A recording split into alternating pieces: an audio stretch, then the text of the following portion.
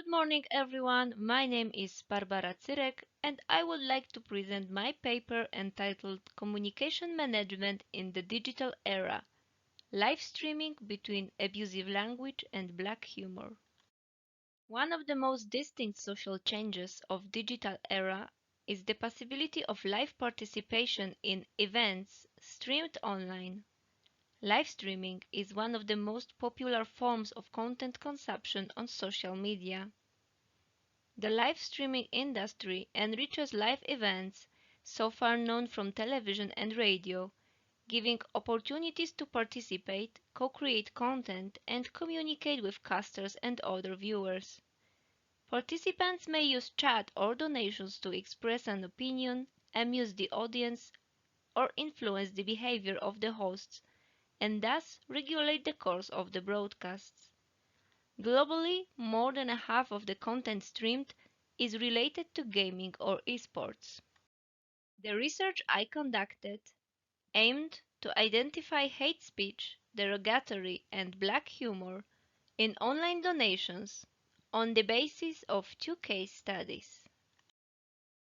Searching for particular forms in online donations requires adapting specific definitions that will adjust the course of the study. I define hate speech as language which attacks or demeans a group based on race, ethnic origin, religion, disability, gender, age, sexual orientation, or gender identity. Derogatory was defined as language which attacks an individual or a group, but which is not hate speech.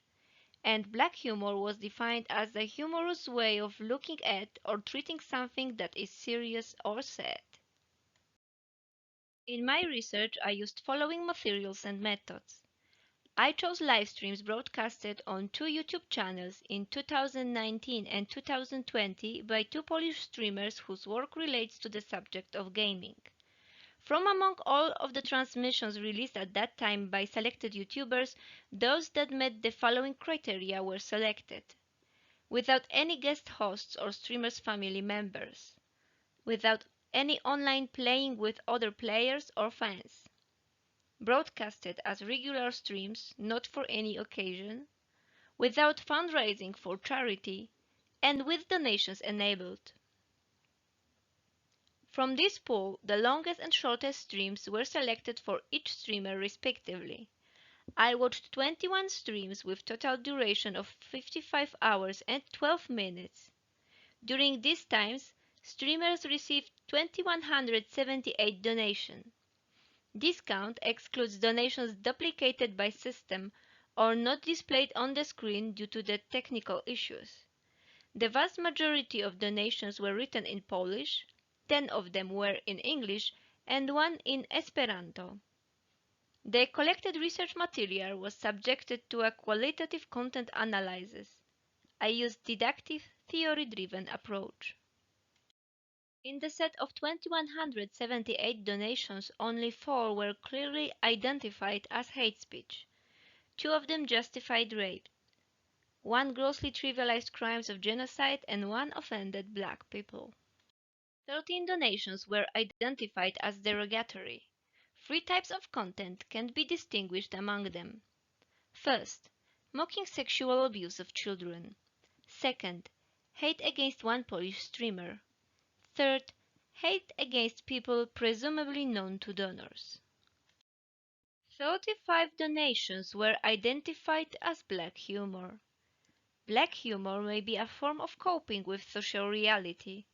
Laughing at something may be a way to overbear this thing, as we can see on the following examples.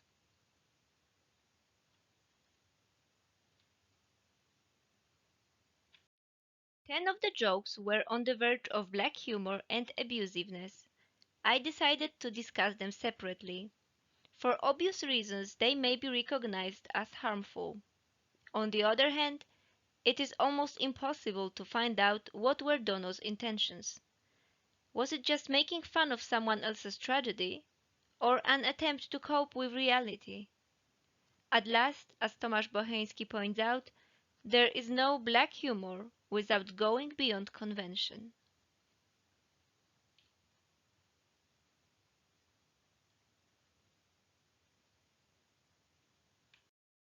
Overall results show small scale of controversial content. Most of it was black humor, and hate speech occurred least often, only 4 times.